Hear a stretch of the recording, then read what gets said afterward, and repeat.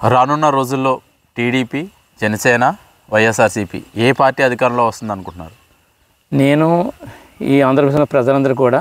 వైఎస్ఆర్సీపీ జగన్ గారే నెగ్గుతారు, 224 మన ఫ్యాన్ గుర్తు నెగ్గుతుందని మేము అందరం ఆశిస్తున్నామండి. ఓకే, వైఎస్ఆర్సీపీ పార్టీ అధికారంలోకి వస్తుందని ఎందుకు అనుకుంటున్నారు? మేమైతే ఆయన ఏదైతే పాదయాత్రలో నవరత్నాలు ఇస్తానని చెప్పారో దానికంటే ఎక్కువ అనేక పథకాలు ఇస్తూ మరి ఈ రోజున వైద్యం ఏంటి, విద్య ఏంటి, వైద్యం ఇదివరకు హాస్పిటల్కి వెళ్ళి చాలా ఇబ్బందులు పడే ఈ రోజున మన ఇంటికి వచ్చే డాక్టర్లు మరి సరిగ్గా మందులు, మరి గ్రామాల్లో పంచాయతీలు కూడా మరి నెలకు ఒకసారి వచ్చే వాళ్ళకి కావాల్సిన మందులు ఏంటి మనకు అన్ని విధాలుగా ఆయన సహాయం చేస్తున్నారు. అదేవిధంగా విద్యలో కూడా మరి ఇంగ్లీష్ మీడియం పెట్టి మరి ఒకరోజు మరి నాడు నేడు ప్రోగ్రాంలో కూడా అనేక స్కూళ్ళు పాడైపోయి ఉంటే ఆ స్కూల్ని మరలా కార్పొరేట్ స్కూల్ కంటే ధీటుగా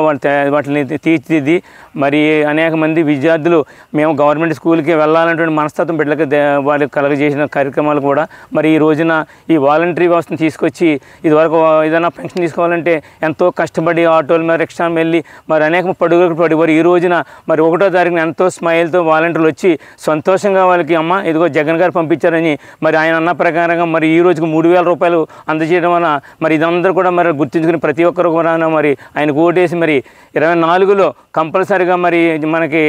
జగన్ రెడ్డి మనకు సీఎం అవుతారని నేను ఈ మన ఆంధ్రప్రదేశ్ ప్రజలందరూ కూడా ఆశిస్తున్నారు. మరి ఈరోజు మరి ఇంకా జగన్ గారు చేసిన ఈ కార్యక్రమాలు వైద్య విధానం, విద్యా విధానము, మరి ఇంకా అనేక సంక్షేమ పదాలు, అలాగే మరి పేదవారికి అందరికీ కూడా గృహాలు ఇవ్వాలని అనేక మంది మరి అనేక ఇబ్బందులు పడుతూ పూర్ గుడిసెలో ఉండేవారు అందరికీ ఒక స్థలం ఇచ్చి మళ్ళీ అటు కట్టుకోవడానికి 1,80,000 రూపాయలు మరి వారికి అమౌంట్ ఇచ్చి దాని ద్వారా వారి గృహాన్ని నిర్మించుకోవడానికి ఇటువంటి సంక్షేమ పనులన్నీ చేశారు. కాబట్టి మరి తప్పకుండా మరి ఆయన నెగ్గించాలని నేను సిద్ధం, అలాగే ఆంధ్రప్రదేశ్ ప్రజలందరూ కూడా సిద్ధమని చెప్తున్నాను.